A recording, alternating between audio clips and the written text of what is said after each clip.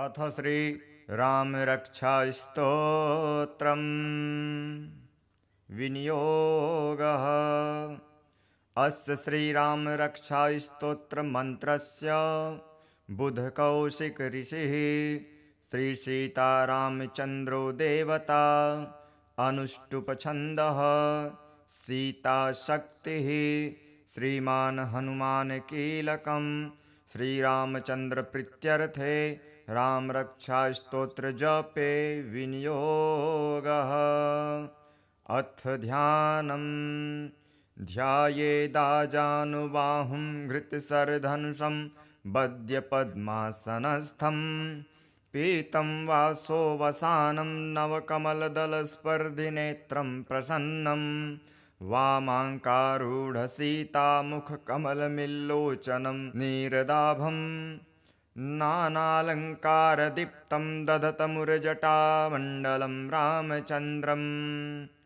अथ रामरक्षास्तोत्रम् चरितं रघुनाथस्य शतकोटिप्रविस्तरम् एकैकमक्षरं पूसां महापातकनाशनं ध्यात्वा नीलोत्पलश्यामं रामं राजीवलोचनं जानकीलक्ष्मणोपेतं जटामुकुटमण्डितं साशितूढधनुर्बाण पाणिं नक्तं चरान्तकं स्वलीलया जगत्त्रातुर्मा विभुङ्क्तमजं विभुं रामरक्षां पठेत् प्राज्ञः पापघ्निः सर्वकामदां शिरो मे राघवः पातु भालं दशरथात्मजः कौसल्येयो दृशो पातु विश्वामित्रप्रियः श्रुते घ्राणां पातु मखत्राता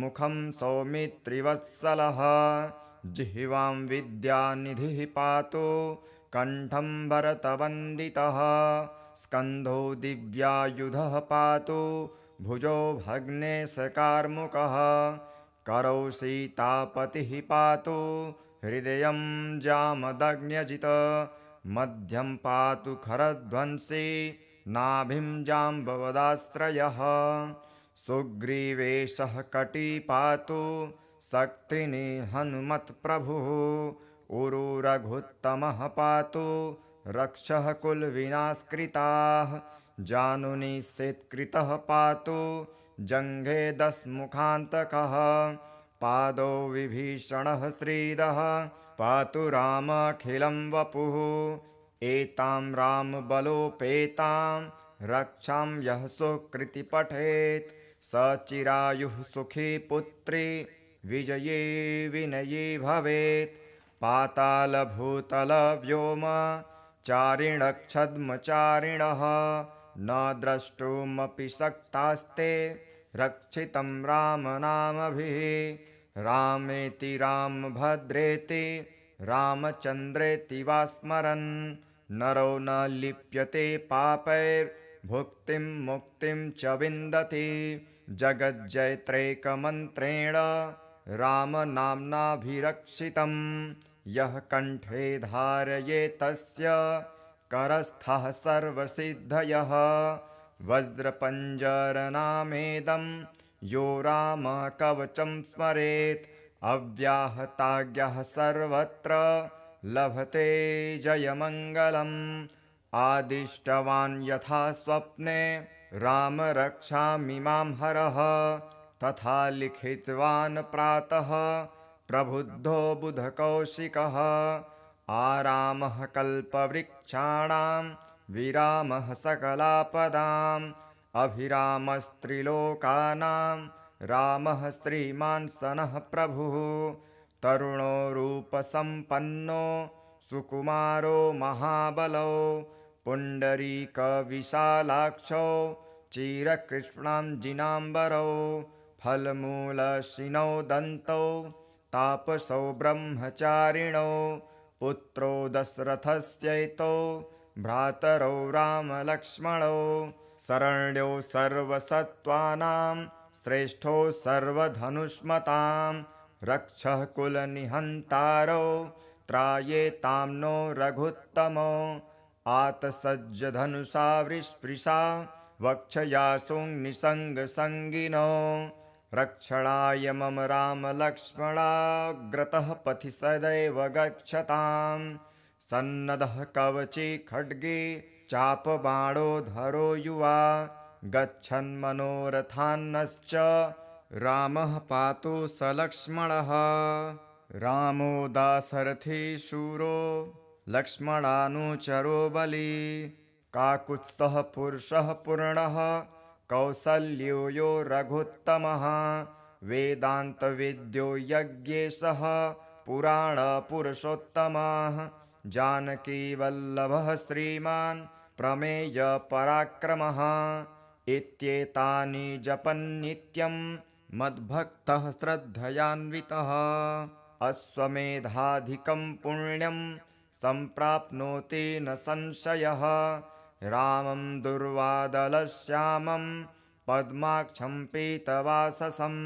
स्तुवन्ति नामभिर्दिव्यैर्न ते संसारिणो नरः रामं लक्ष्मणपूर्वजं रघुवरं सीतापतिं सुन्दरं काकुत्स्थं करुणार्णवं गुणनिधिं विप्रप्रियं धार्मिकं राजेन्द्रं सत्यसन्धं दशरथतनयं श्यामलं शान्तमूर्ति वन्दे लोकाभिरामं रघुकुलतिलकं राघवं रावणारिं रामाय रामभद्राय रामचन्द्राय वेधसे रघुनाथाय नाथाय सीतायाः पतये नमः श्रीराम राम रघुनन्दन राम राम श्रीराम राम भरताग्रज राम राम श्रीराम राम रणकर्कश राम राम श्रीराम राम शरणं भव राम राम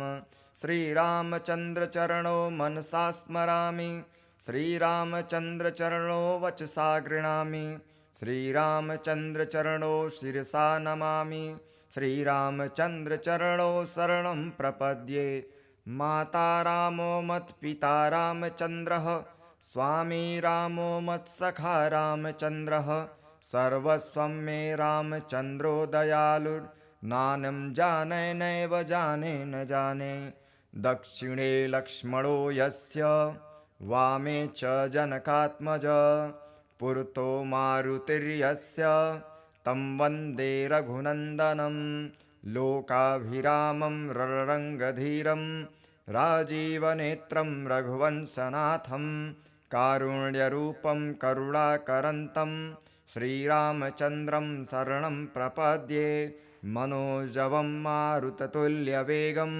जितेन्द्रियं बुद्धिमतां वरिष्ठं वातात्मजं वानरयूथमुख्यं श्रीरामदूतं शरणं प्रपद्ये कूजन्तं राम रामेति मधुरं मधुराक्षरम् आरुह्य कविताशाखां वन्दे वाल्मीकिकोकिलम् आपदामपहर्तारं दातारं सर्वसम्पदां लोकाभिरामं श्रीरामं भूयो भूयो नमाम्यहं भर्जनं भवबीजानाम् अर्जनं सुखसम्पदां तर्जनं यमदूतानां राम रामेति गर्जनं रामो राजमणिः सदा विजयते रामं रमेशं भजे रामेणाभिहिता निशाचरचमु रामाय तस्मै नमः रामान्नास्ति परायणपरतरं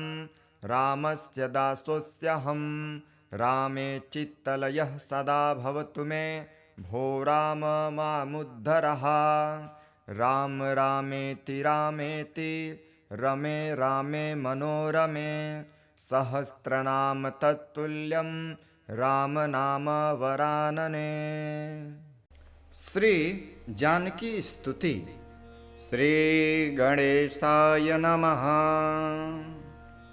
जानकी त्वां नमस्यामि सर्वपापप्रणाशिनीं जानकी त्वां नमस्यामि सर्वपापप्रणाशिनीं दारिघ्नरणसंहर्त्री भक्तानाभीष्टदायिनीं विदेहराजतनयां राघवानन्दकारिणीं भूमिर्दुहितरं विद्यां नमामि प्रकृतिं शिवां पौलस्त्यैश्वर्यसन्त्री भक्ताभीष्टां सरस्वतीं पतिव्रताधूरिणां त्वां नमामि जनकात्मजा अनुग्रहपरामृद्धिं मनघां हरिवल्लभाम् आत्मविद्यां त्रयीरूपाम् उमारूपां नमाम्यहं प्रसादाभिमुखीं लक्ष्मीं क्षीराब्धितनया शुभां नमामि चन्द्रभगिनीं सीतां सर्वाङ्गसुन्दरीं नमामि धर्मनिलयां करुणां वेदमातरं पद्मालया पद्महस्तां विष्णुवक्षस्थलालयां नमामि चन्द्रनिलयां सीतां चन्द्रनिभाननाम् आह्लादरूपिणीं सिद्धि शिवां शिवकरी सतीं नमामि विश्वजननीं रामचन्द्रेष्टवल्लभां सीतां सर्वानवद्याङ्गी भजामि सततं हृदा। अथ श्री पंचमुख हनुमत कवचम्। ओम श्री पंचवदनायांजनेयाय नमः। ओम अस्य श्री पंचमुख हनुमत कवचस्य ब्रह्मा ऋषिः गायत्री छन्दः पंचमुख विराट हनुमान देवता ह्रीं बीजं श्रीं शक्ति क्रौं कीलकं क्रूं कवचम् क्रैं अस्त्राय फट् इति दिग्बन्धः। श्रीगरुड उवाच अथ ध्यानं प्रवक्ष्यामि शृणु सर्वाङ्गसुन्दरी यत्कृतं देवदेवेन ध्यानं हनुमतः प्रियं पञ्चवक्त्रं महाभीमं त्रिपञ्चनयनर्युतं बाहुर्भिर्दशभिर्युक्तं सर्वकामार्थसिद्धिदं पूर्वन्तो वानरं वक्त्रं कोटिसूर्यसमप्रभं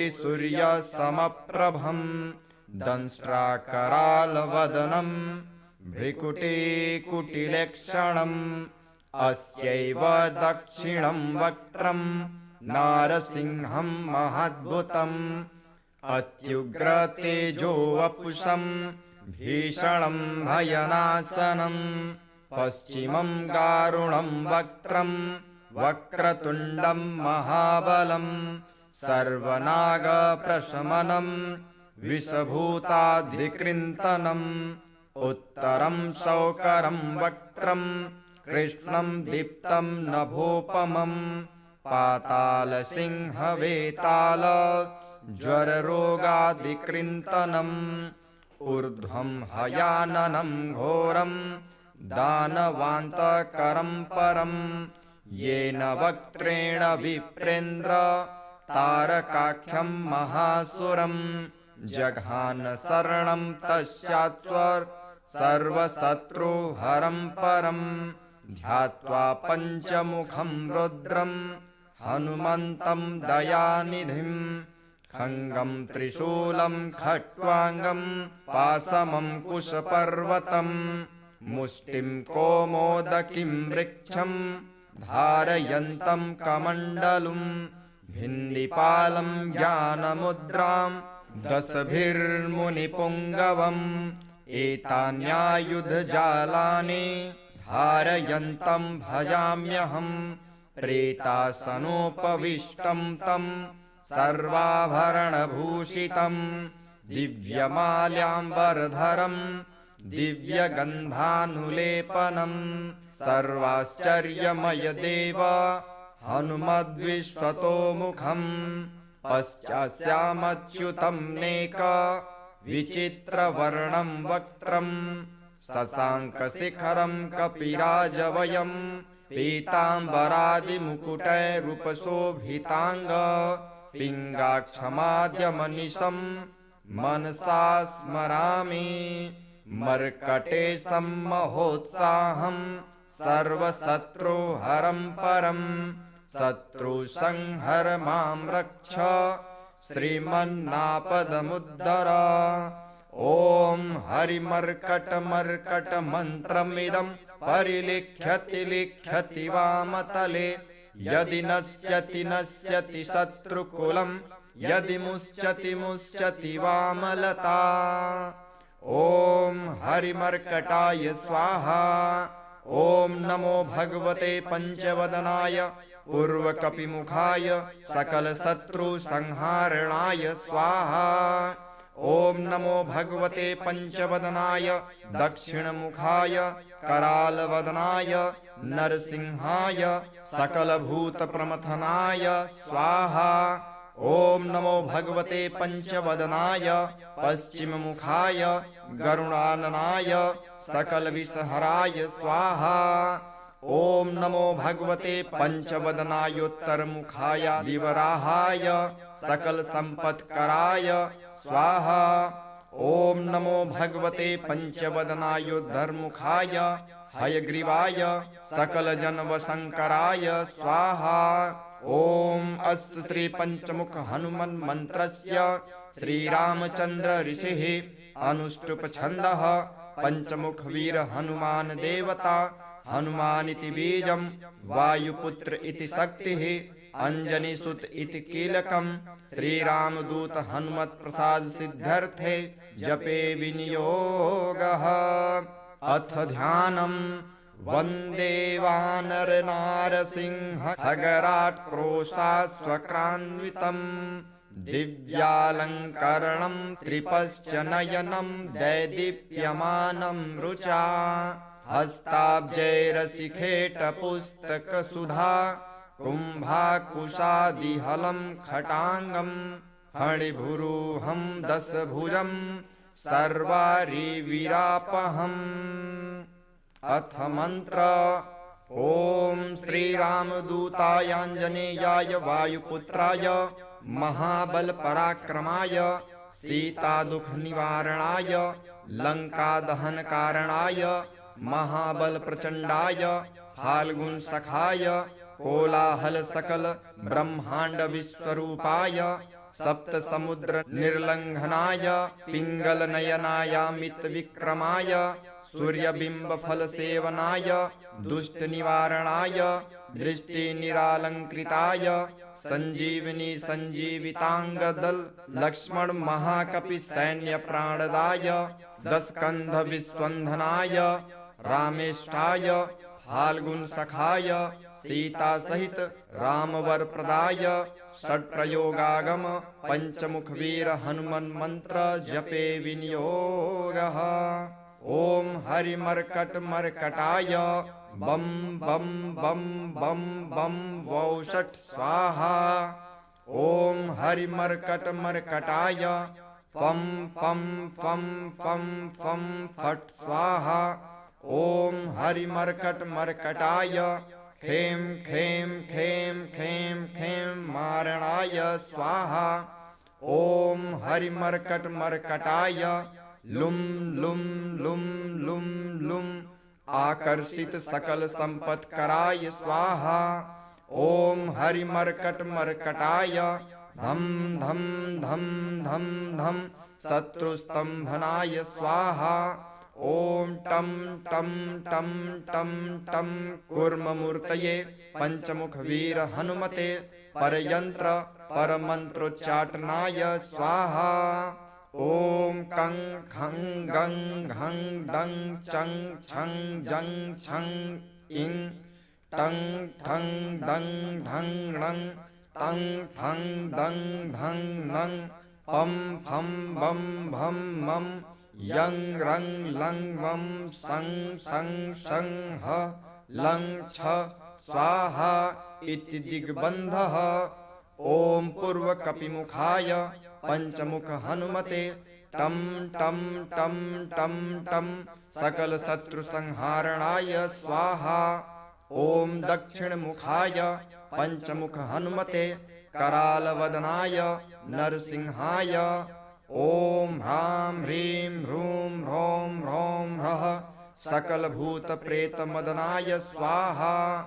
ॐ पश्चिममुखाय गरुडाननाय पंचमुख हनुमते मम मम मम मम मम सकलविषहराय स्वाहा। ॐ उत्तरमुखायादिवराहाय लं लं लं लं लं नृसिंहाय नीलकण्ठमूर्तये पंचमुख हनुमते स्वाहा। ॐ ऊर्ध्वमुखाय हयग्रीवाय रुं रुं रुं रुं रुं रुद्रमूर्तये सकलप्रयोजननिर्वाहकाय स्वाहा। ॐ अञ्जनीसुताय वायुपुत्राय महाबलाय सीताशोकनिवारणाय श्रीरामचन्द्रकृपापादुकाय महावीर्यप्रमथनाय ब्रह्माण्डनाथाय कामदाय पंचमुखवीर हनुमते स्वाहा। भूतप्रेत पिशाच ब्रह्मराक्षस शाकिनी डाकिन्यन्तरिक्षग्रह परयंत्र परमंत्र चाटनाय स्वाहा। सकल प्रयोजन निर्वाहकाय पंचमुखवीर हनुमते श्रीरामचंद्रवर प्रसादाय जम जम जम जम जम स्वाहा। इदं कवचं पठित्वा तु महाकवच पठेन्नर एकवारं जपेस्तोत्रं सर्वशत्रुनिवारणं द्विवारं तु पठे नित्यं पुत्रपौत्रप्रवर्धनं त्रिवारं च पठे नित्यं सर्वसम्पत्करं शुभं चतुर्वारं पठे नित्यं सर्वरोगनिवारणं पंचवारं पठे नित्यं सर्वलोकवशङ्करं षट्वारं च पठे नित्यं सर्वदेववशङ्करं सप्तवारं पठे नित्यं सर्वसौभाग्यदायकम् अष्टवारं पठे नित्यं इष्टकामार्थसिद्धिदं नववारं पठे नित्यं राजभोगमवाप्नुयात् दशवारं पठे नित्यं त्रैलोक्यज्ञानदर्शनं रुद्रावृत्तिं पठे नित्यं सर्वसिद्धिर्भवेद्ध्रुवं कवचस्मरणेनेव महाबालमवाप्नुयात्। इति श्री सुदर्शन संहितायां श्रीरामचंद्र सीता प्रोक्तं श्री पंचमुख हनुमत कवचं संपूर्णम्। अथ ध्यानम् ध्यायेदाजानुबाहुं घृतसरधनुषं बद्यपद्मासनस्थं पीतं वासोवसानं नवकमलदलस्पर्धिनेत्रं प्रसन्नं वामाङ्कारूढसीतामुखकमलमिल्लोचनं नीरदाभं नानालङ्कारदीप्तं दधतमुरजटामण्डलं रामचन्द्रम्।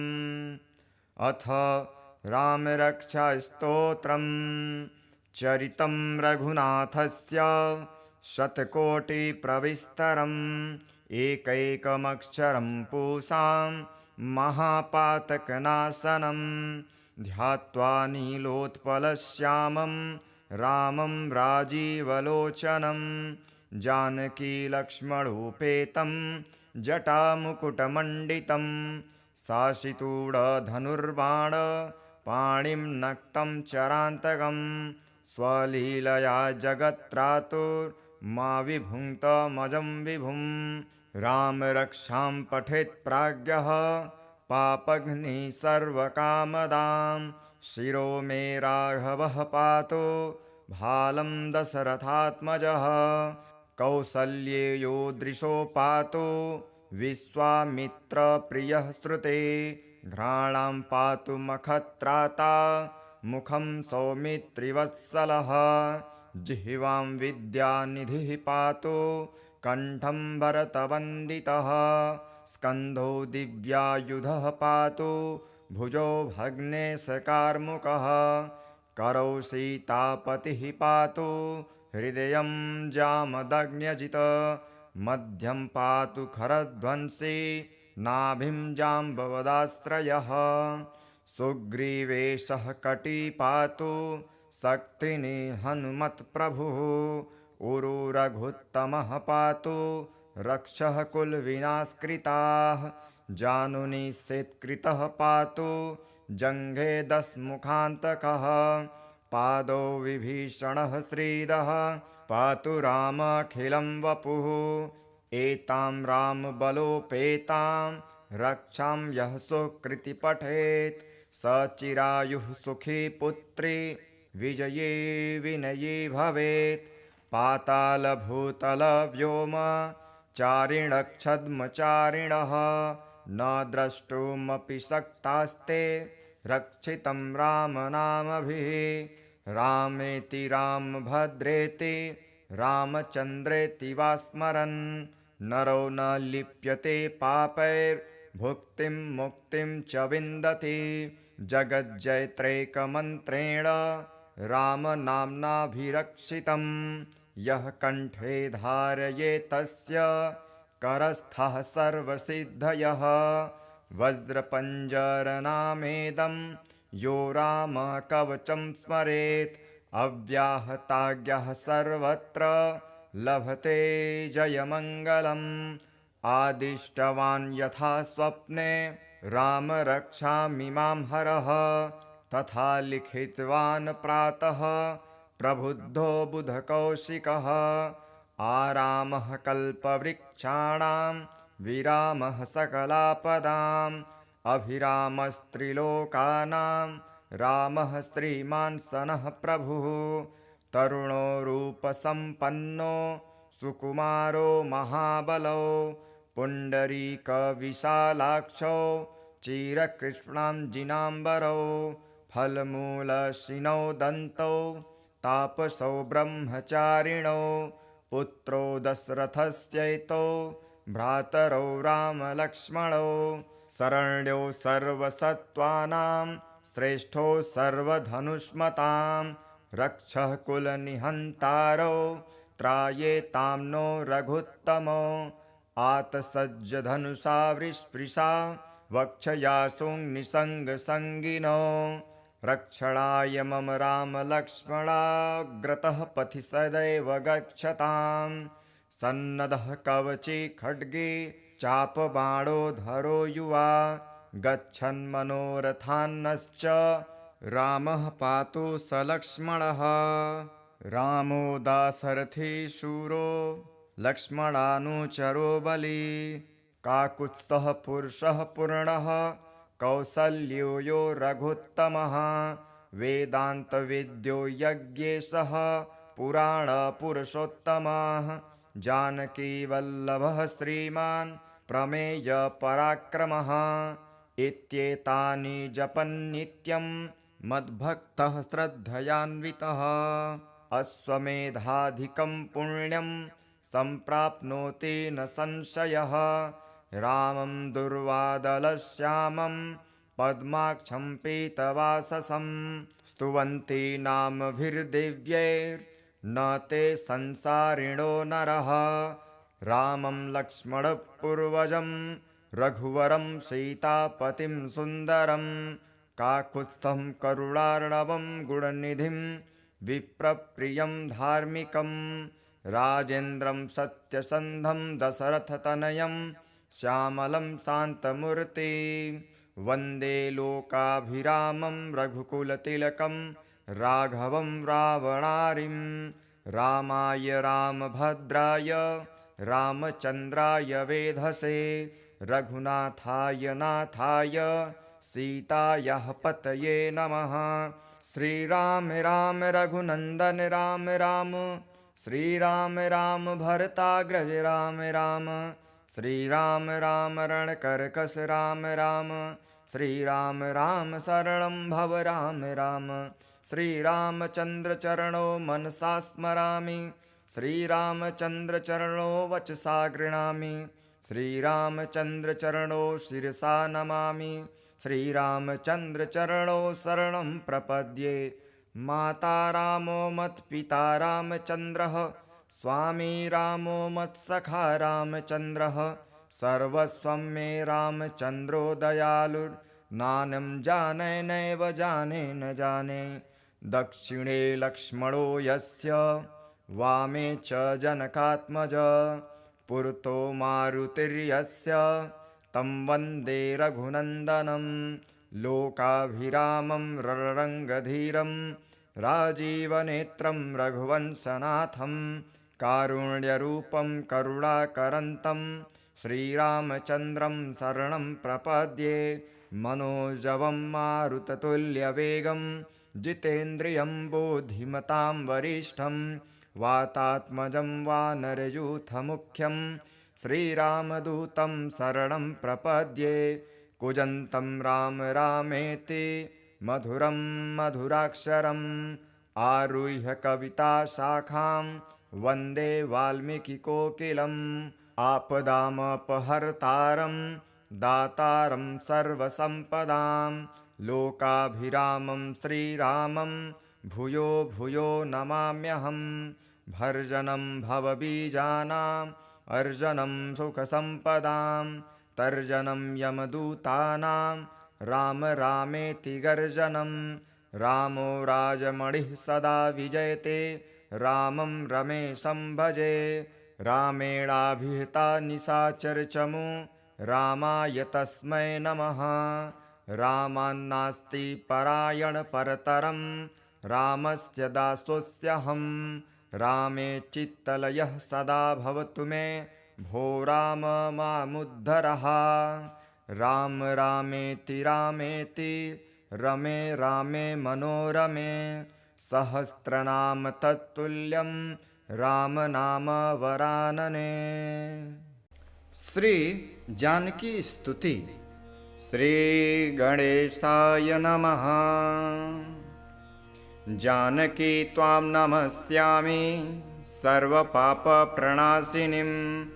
जानकी त्वां नमस्यामि सर्वपापप्रणाशिनीं।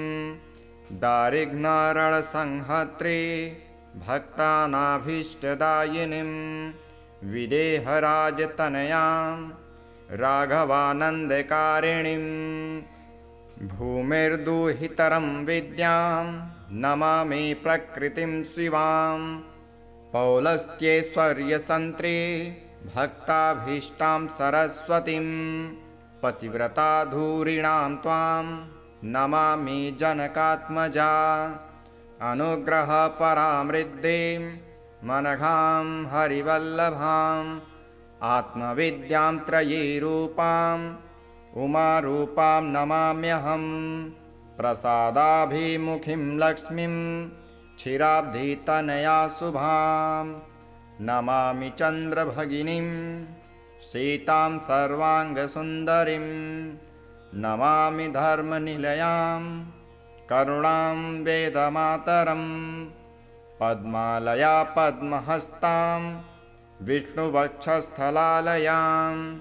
नमामि चन्द्रनिलयां सीतां चन्द्रनिभाननाम्। आह्लादरूपिणीं सिद्धे शिवां शिवकरी सतीं।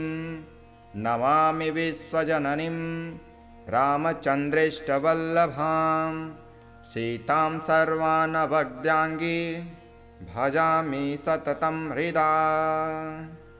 अथ श्री पंचमुख हनुमत कवचम्। ॐ श्री पंचवदनायाञ्जनेयाय नमः। ॐ अस्य श्री पंचमुख हनुमत कवचस्य ब्रह्मा ऋषिः गायत्री छन्दः। पंचमुख विराट हनुमान देवता। ह्रीं बीजं श्रीं शक्ति क्रौं कीलकं क्रूं कवचं क्रैं अस्त्राय फट् इति दिग्बन्धः।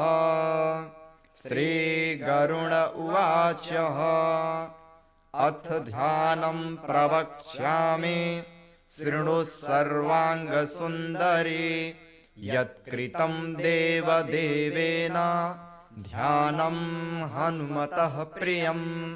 पञ्चवक्त्रं महाभीमं त्रिपञ्चनयनर्युतं। बाहुर्भिर्दशभिर्युक्तं सर्वकामार्थसिद्धिदं।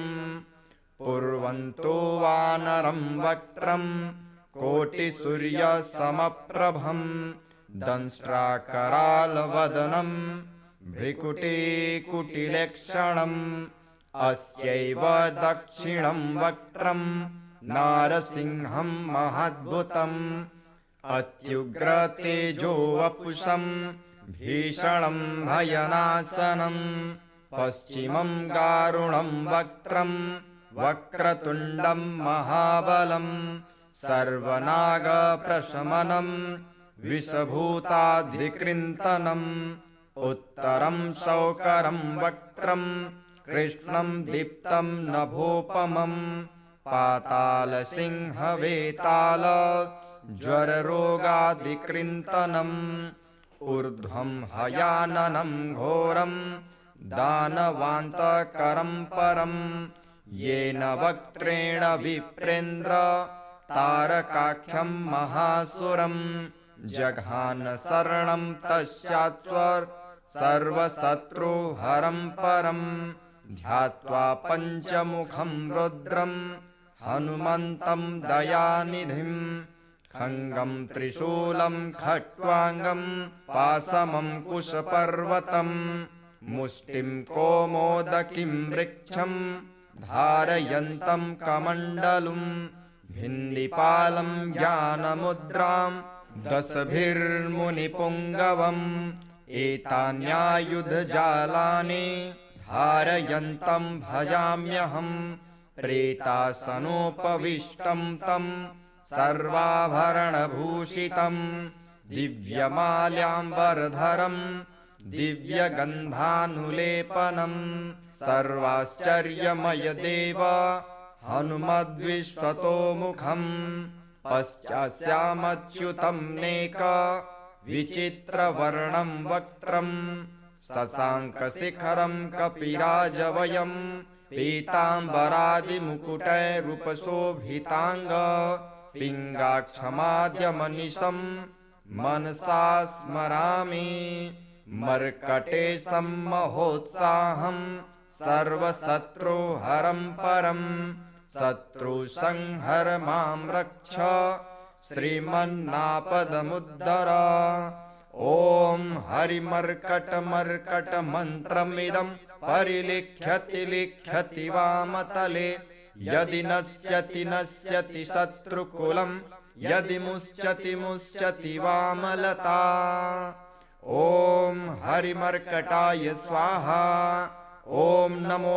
भगवते पंचवदनाय पूर्वकपिमुखाय सकलशत्रुसंहारणाय स्वाहा ॐ नमो भगवते पंचवदनाय दक्षिणमुखाय करालवदनाय नरसिंहाय सकलभूतप्रमथनाय स्वाहा ॐ नमो भगवते पंचवदनाय पश्चिममुखाय गरुडाननाय सकलविषहराय स्वाहा ॐ नमो भगवते पंचवदनायोत्तरमुखाय दिवराहाय सकलसम्पत्कराय स्वाहा ॐ नमो भगवते पंचवदनायोद्धरमुखाय हयग्रीवाय सकलजनवशङ्कराय स्वाहा ॐ अस्य श्री पंचमुख हनुमन् मन्त्रस्य श्रीरामचन्द्र ऋषिः अनुष्टुप छन्दः पंचमुख वीर हनुमान देवता हनुमानिति बीजं वायुपुत्र इति शक्तिः अंजनीसुत इति कीलकं श्रीरामदूत हनुमत्प्रसाद सिद्ध्यर्थे जपे विनियोगः। अथ ध्यानम् वन्दे वानरनारसिंह खगराट्क्रोशाश्वक्रान्वितम् दिव्यालङ्करणं त्रिपश्च नयनं दैदीप्यमानं रुचा हस्ताब्जैरशिखेटपुस्तकसुधा कुम्भाकुशादिहलं खटाङ्गं फणिभुरुहं दशभुजं सर्वारिवीरापहम्। अथ मन्त्र ॐ श्रीरामदूतायाञ्जनेयाय वायुपुत्राय महाबलपराक्रमाय सीतादुःखनिवारणाय लङ्कादहनकारणाय महाबलप्रचण्डाय फाल्गुनसखाय कोलाहलसकल ब्रह्माण्डविश्वरूपाय सप्त समुद्र निर्लंघनाय पिंगल नयनायामित विक्रमाय सूर्यबिंब फल सेवनाय दुष्ट निवारणाय दृष्टि निरालंकृताय संजीवनी संजीवितांगदल लक्ष्मण महाकपि सैन्य प्राणदाय दस्कंध विस्वंधनाय रामेष्ठाय फाल्गुन सखाय सीता सहित रामवर प्रदाय षट्प्रयोगागम पंचमुख वीर हनुमन मंत्र जपे विनियोगः। ओम हरि मर्कट मर्कटाय बम बम बम बम बम वौषट स्वाहा। ओम हरि मर्कट मर्कटाय फम फम फम फम फम फट स्वाहा। ओम हरि मर्कट मर्कटाय खेम खेम खेम खेम खेम मारणाय स्वाहा। ओम हरि मर्कट मर्कटाय लुम लुम लुम लुम लुम आकर्षित सकल संपत् कराय स्वाहा। ओम हरि मर्कट मर्कटाय धम धम धम धम धम शत्रुस्तंभनाय स्वाहा।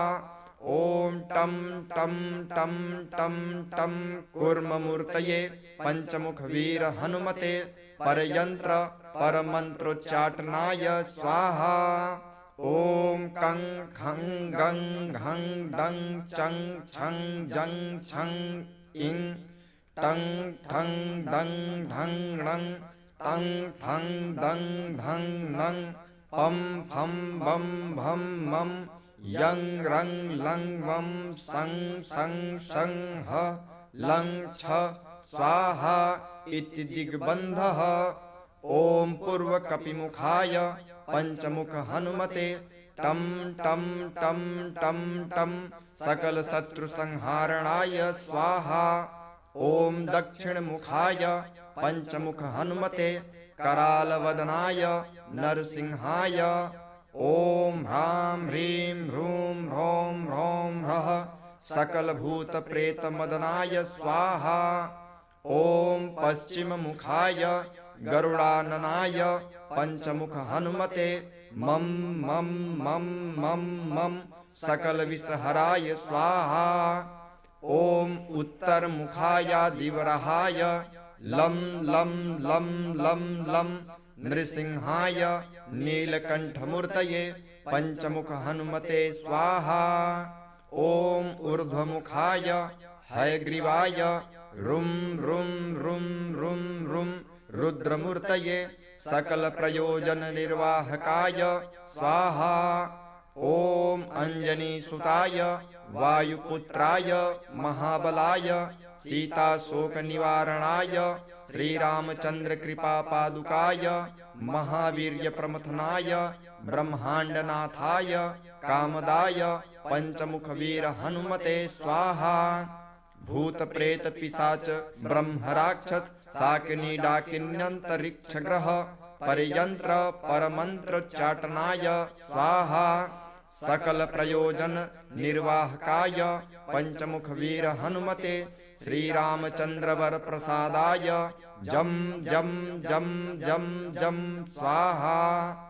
इदं कवचं पठित्वा तु महाकवच पठेन्नर एकवारं जपे स्तोत्रं सर्वशत्रुनिवारणं द्विवारं तु पठे नित्यं पुत्रपौत्र प्रवर्धनं त्रिवारं च पठे नित्यं सर्वसंपत्करं शुभं चतुर्वारं पठे नित्यं सर्वरोगनिवारणं पंचवारं पठे नित्यं सर्वलोकवशंकरं षट्वारं च पठे नित्यं सर्वदेववशंकरं सप्तवारं पठे नित्यं सर्वसौभाग्यदायकम् अष्टवारं पठे नित्यं इष्टकामार्थसिद्धिदं नववारं पठे नित्यं राजभोगमवाप्नुयात् दशवारं पठे नित्यं त्रैलोक्यज्ञानदर्शनं रुद्रावृत्तिं पठे नित्यं सर्वसिद्धिर्भवेद्ध्रुवम् कवचस्मतरणेनेव महाबालमवाप्नुयात् इति श्री सुदर्शन संहितायां श्रीरामचंद्र सीता प्रोक्तम् श्री पंचमुख हनुमत कवचम संपूर्णम्।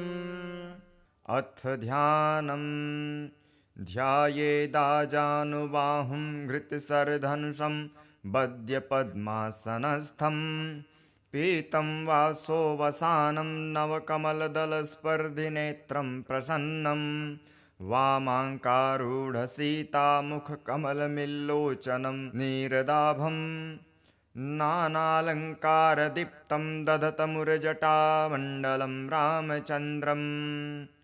अथ रामरक्षास्तोत्रम् चरितं रघुनाथस्य शतकोटिप्रविस्तरम् एकैकमक्षरं पूसां महापातकनाशनं ध्यात्वा नीलोत्पलश्यामं रामं राजीवलोचनं जानकीलक्ष्मणोपेतं जटामुकुटमण्डितं साशितूढधनुर्बाण पाणिं नक्तं चरान्तकं स्वलीलया जगत्त्रातुर्मा विभुङ्क्तमजं विभुं रामरक्षां पठेत् प्राज्ञः पापघ्निः सर्वकामदां शिरो मे राघवः पातु भालं दशरथात्मजः कौसल्येयो दृशो पातु विश्वामित्रप्रियः श्रुते घ्राणां पातु मखत्राता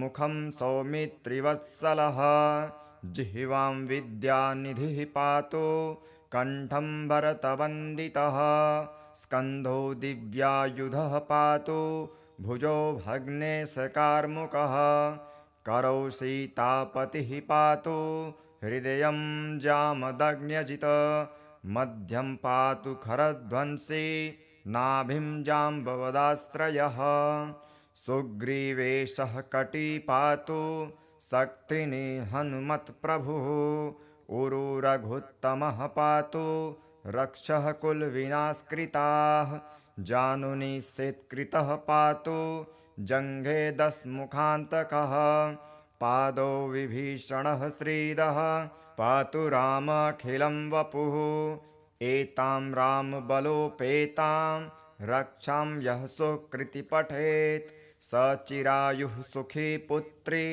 विजये विनयी भवेत् पातालभूतलव्योम चारिणक्षद्मचारिणः न द्रष्टुमपि शक्तास्ते रक्षितं रामनामभिः रामेति रामभद्रेति रामचन्द्रेति वा स्मरन् नरो न लिप्यते पापैर्भुक्तिं मुक्तिं च विन्दति जगज्जयत्रैकमन्त्रेण रामनाम्नाभिरक्षितं यः कण्ठे धारयेत् तस्य करस्थः सर्वसिद्धयः वज्रपञ्जरनामेदं यो रामकवचं स्मरेत् अव्याहताज्ञः सर्वत्र लभते जयमङ्गलम् आदिष्टवान् यथा स्वप्ने रामरक्षामिमां हरः तथा लिखितवान् प्रातः प्रबुद्धो बुधकौशिकः आरामः कल्पवृक्षाणां विरामः सकलापदाम् अभिरामस्त्रिलोकानां रामः श्रीमान् सनः प्रभुः तरुणो रूपसम्पन्नो सुकुमारो महाबलो पुण्डरीकविशालाक्षो चिरकृष्णाञ्जिनाम्बरो फलमूलशिनो दन्तौ तापसौ ब्रह्मचारिणौ पुत्रो दशरथस्यैतो भ्रातरौ रामलक्ष्मणौ शरण्यो सर्वसत्त्वानां श्रेष्ठो सर्वधनुष्मतां रक्षः कुलनिहन्तारो त्रायेतां नो रघुत्तमो आतसज्जधनुषा वृष्पृशा वक्षयासुं निसङ्गसङ्गिनो रक्षणाय मम रामलक्ष्मणाग्रतः पथि सदैव गच्छताम् सन्नदः कवचे खड्गे चापबाणोधरो युवा गच्छन्मनोरथान्नश्च रामः पातु स लक्ष्मणः। रामो दाशरथी शूरो लक्ष्मणानुचरो बली काकुत्स्थः पुरुषः पूर्णः कौसल्यो यो रघुत्तमः वेदान्तविद्यो यज्ञेशः पुराणपुरुषोत्तमः जानकीवल्लभः श्रीमान् प्रमेयपराक्रमः इत्येतानि जपन्नित्यं मद्भक्तः श्रद्धयान्वितः अश्वमेधाधिकं पुण्यं सम्प्राप्नोति न संशयः। रामं दुर्वादलश्यामं पद्माक्षं पीतवाससं स्तुवन्ति नामभिर्दिव्यैर्न ते संसारिणो नरः। रामं लक्ष्मणपूर्वजं रघुवरं सीतापतिं सुन्दरं काकुत्स्थं करुणार्णवं गुणनिधिं विप्रप्रियं धार्मिकं राजेन्द्रं सत्यसन्धं दशरथतनयं श्यामलं शान्तमूर्ति वन्दे लोकाभिरामं रघुकुलतिलकं राघवं रावणारिं रामाय रामभद्राय रामचन्द्राय वेधसे रघुनाथाय नाथाय सीतायाः पतये नमः। श्रीराम राम रघुनन्दन राम राम श्रीराम राम भरताग्रज राम राम श्रीराम राम रणकर्कश राम राम श्रीराम राम शरणं भव राम राम श्रीरामचन्द्रचरणो मनसा स्मरामि श्रीरामचन्द्रचरणो वचसा गृह्णामि श्रीरामचन्द्रचरणो शिरसा नमामि श्रीरामचन्द्रचरणो शरणं प्रपद्ये। माता रामो मत्पिता रामचन्द्रः स्वामी रामो मत्सखा रामचन्द्रः सर्वस्वं मे रामचन्द्रो दयालुर्नानं जाने नैव जाने न जाने। दक्षिणे लक्ष्मणो यस्य वामे च जनकात्मज पुरतो मारुतिर्यस्य तं वन्दे रघुनन्दनं लोकाभिरामं रणरङ्गधीरं राजीवनेत्रं रघुवंशनाथं कारुण्यरूपं करुणाकरन्तं श्रीरामचन्द्रं शरणं प्रपद्ये। मनोजवं मारुततुल्यवेगं जितेन्द्रियं बुद्धिमतां वरिष्ठं वातात्मजं वानरयूथमुख्यं श्रीरामदूतं शरणं प्रपद्ये। कूजन्तं राम रामेति मधुरं मधुराक्षरम् आरुह्य कविताशाखां वन्दे वाल्मीकिकोकिलम् आपदामपहर्तारं दातारं सर्वसम्पदां लोकाभिरामं श्रीरामं भूयो भूयो नमाम्यहम्। भर्जनं भवबीजानाम् अर्जनं सुखसम्पदां तर्जनं यमदूतानां राम रामेति गर्जनं रामो राजमणिः सदा विजयते रामं रमेशं भजे। रामेणाभिहिता निशाचरचमू रामाय तस्मै नमः। रामान्नास्ति परायण परतरं रामस्य दासोऽस्यहं रामे चित्तलयः सदा भवतु मे भो राम मामुद्धरः। राम रामेति रामेति रमे रामे मनोरमे सहस्रनाम तत्तुल्यं राम नाम वरानने। श्री जानकी स्तुति। श्री गणेशाय नमः।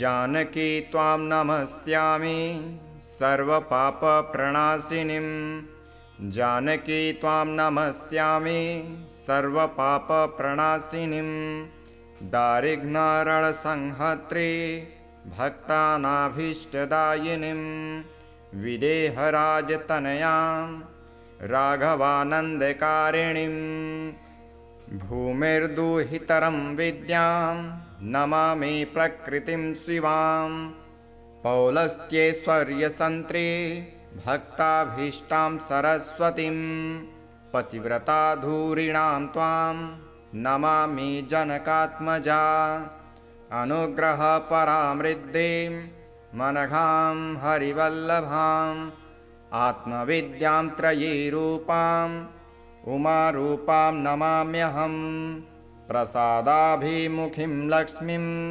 क्षीराब्धितनया शुभां नमामि चन्द्रभगिनीं सीतां सर्वाङ्गसुन्दरीं नमामि धर्मनिलयां करुणां वेदमातरं पद्मालया पद्महस्तां विष्णुवक्षस्थलालयां नमामि चन्द्रनिलयां सीतां चन्द्रनिभाननाम् आह्लादरूपिणीं सिद्धे शिवां शिवकरी सतीं नमामि विश्वजननीं रामचन्द्रेष्टवल्लभां सीतां सर्वानवद्याङ्गी भजामि सततं हृदा।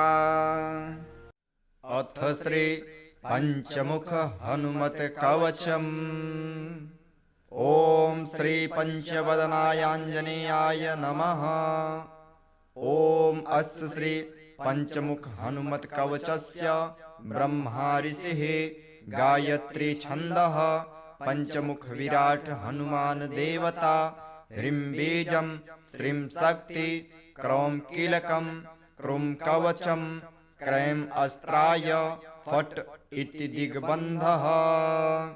श्रीगरुड उवाच अथ ध्यानं प्रवक्ष्यामि शृणु सर्वाङ्गसुन्दरी यत्कृतं देवदेवेन ध्यानं हनुमतः प्रियं पञ्चवक्त्रं महाभीमं त्रिपञ्चनयनर्युतं बाहुर्भिर्दशभिर्युक्तं सर्वकामार्थसिद्धिदं पूर्वन्तो वानरं वक्त्रं कोटिसूर्यसमप्रभं दंष्ट्राकरालवदनं भ्रिकुटिकुटिलक्षणम् अस्यैव दक्षिणं वक्त्रं नारसिंहं महाद्भुतम् अत्युग्रतेजोवपुषं भीषणं भयनाशनं पश्चिमं गारुणं वक्त्रं वक्रतुण्डं महाबलं सर्वनागप्रशमनं विषभूताधिकृन्तनम् उत्तरं शौकरं वक्त्रं कृष्णं दीप्तं नभोपमं पातालसिंहवेताल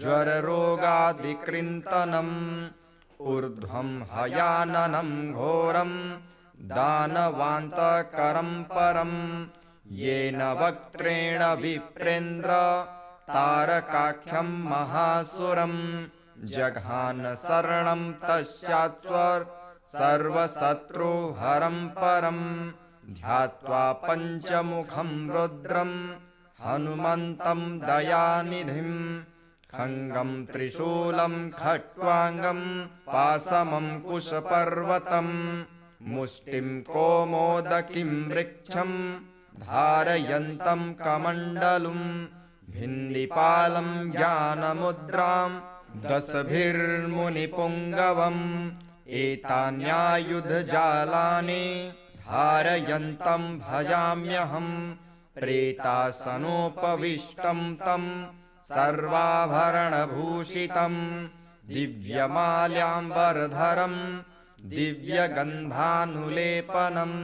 सर्वाश्चर्यमयदेव हनुमद्विश्वतोमुखम् पश्चास्यामच्युतं नेक विचित्रवर्णं वक्त्रं शशाङ्कशिखरं कपिराजवयं पीताम्बरादिमुकुटैरुपशोभिताङ्ग पिङ्गाक्षमाद्यमनिशं मनसा स्मरामि मर्कटेशं महोत्साहं सर्वशत्रुहरं परं शत्रुसंहर मां रक्ष श्रीमन्नापदमुद्धर।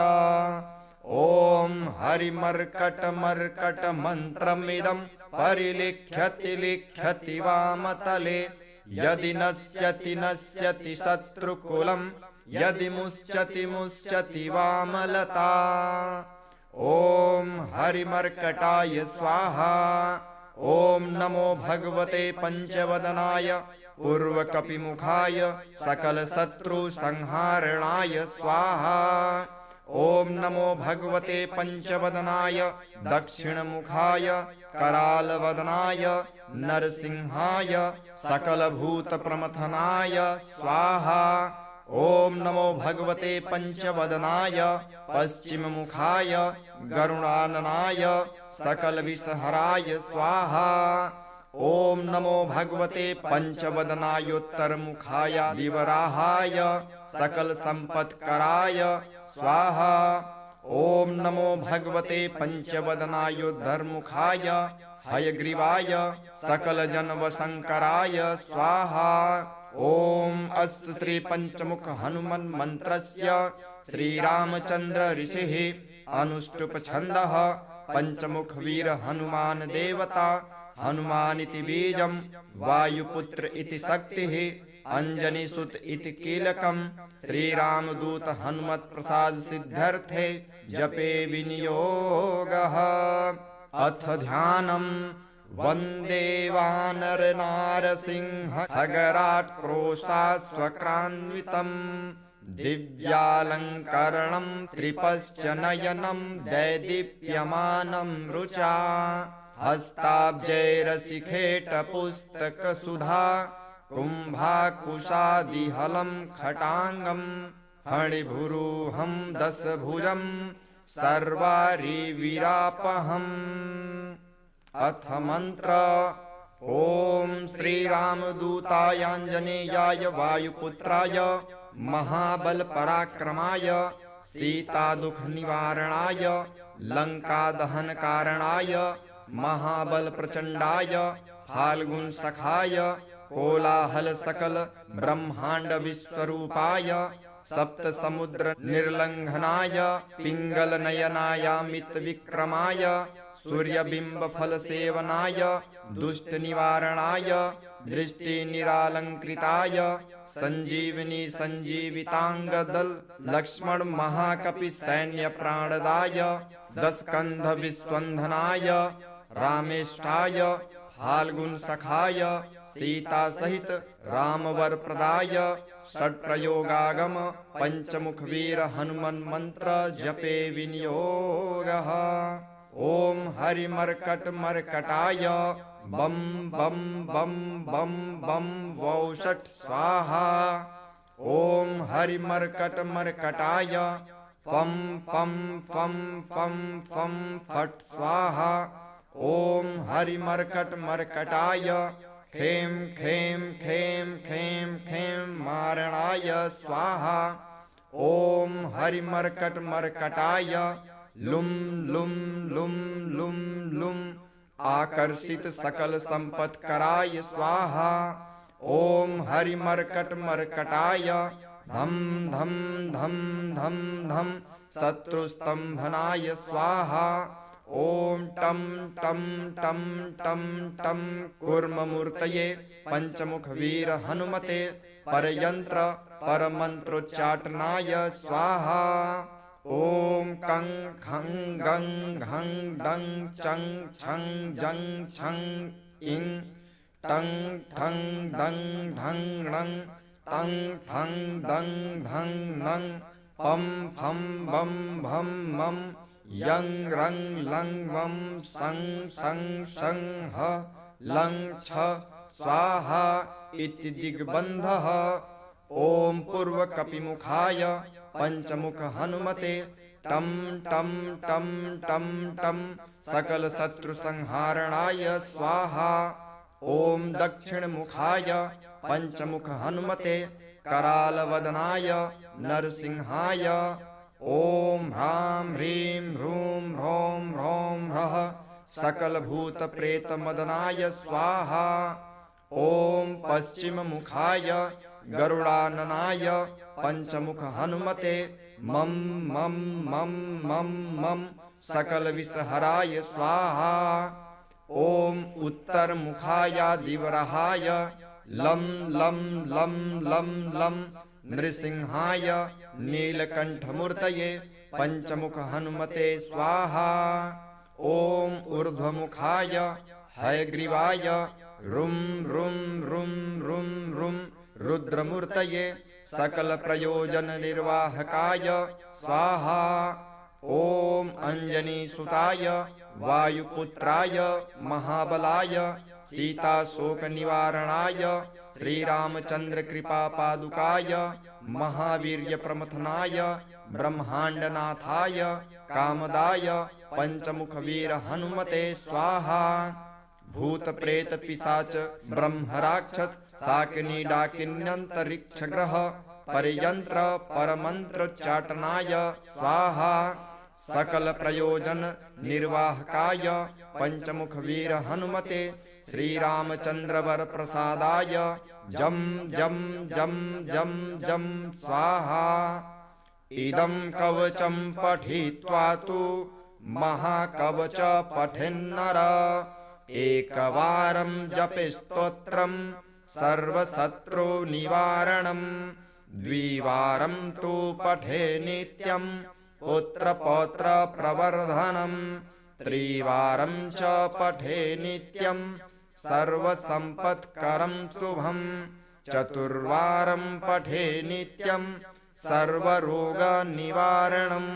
पञ्चवारं पठे नित्यं सर्वलोकवशङ्करं षट्वारं च पठे नित्यं सर्वदेववशङ्करं सप्तवारं पठे नित्यं सर्वसौभाग्यदायकम् अष्टवारं पठे नित्यं इष्टकामार्थसिद्धिदं नववारं पठे नित्यं राजभोगमवाप्नुयात् दशवारं पठे नित्यं त्रैलोक्यज्ञानदर्शनं रुद्रावृत्तिं पठे नित्यं सर्वसिद्धिर्भवेद्ध्रुवं कवचस्मतरणेनेव महाबालमवाप्नुयात्। इति श्री सुदर्शन संहितायां श्रीरामचन्द्र सीता प्रोक्तं श्री पंचमुख हनुमत कवचं सम्पूर्णम्।